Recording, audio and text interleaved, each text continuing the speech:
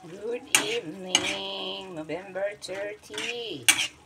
Ayan, naggisa ako ng sayote. 4 na kamatis, paminta, patis, oyster sauce, at saka wow sarap na seasoning, isang sibuyas na malaki, at 3 perasong bawang. Tinikman ko na yan. Ang sarap na. Tingnan nyo naman. Pulang-pula yan.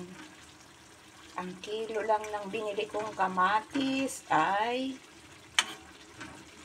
40. Kasi medyo maliit lang siya. Pumili lang ako mga hinog.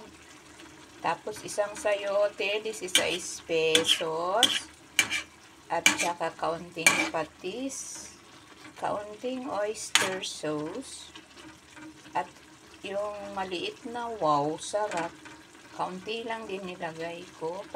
Durog na paminta. Yan. At ang sinabaw ko ay isang puno sa takalan ng rice cooker at kalahati. Yan, isa kalahati dito lang. Kasi mas masarap pag kaunti ang sabaw. Mas malasa ang ating gulay kapag kaunti lang ang ating sabaw. Tsaka nagtutubig naman yan. Sayote ay nagtutubig yan. Gusto nyo magkaroon ng ulam, ganyan lang. Tipid lang yan. Walang sahog, kundi patis, oyster sauce lang.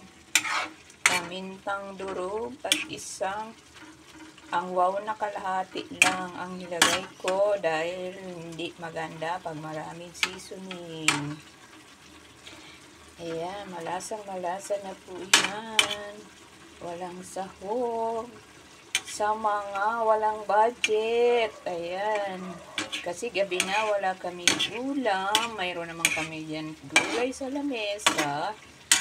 At yung pang tinola ay matigas pa ang manok. Kaya ito ang ras na ulam. Ayan. At pasok na pasok sa budget. Sa mga nanay dyan na walang budget, sakto lang po ito sa atin. O, diba? Huwag nang maarte. Ang mahalaga may kanin. Thanks for watching. Bye!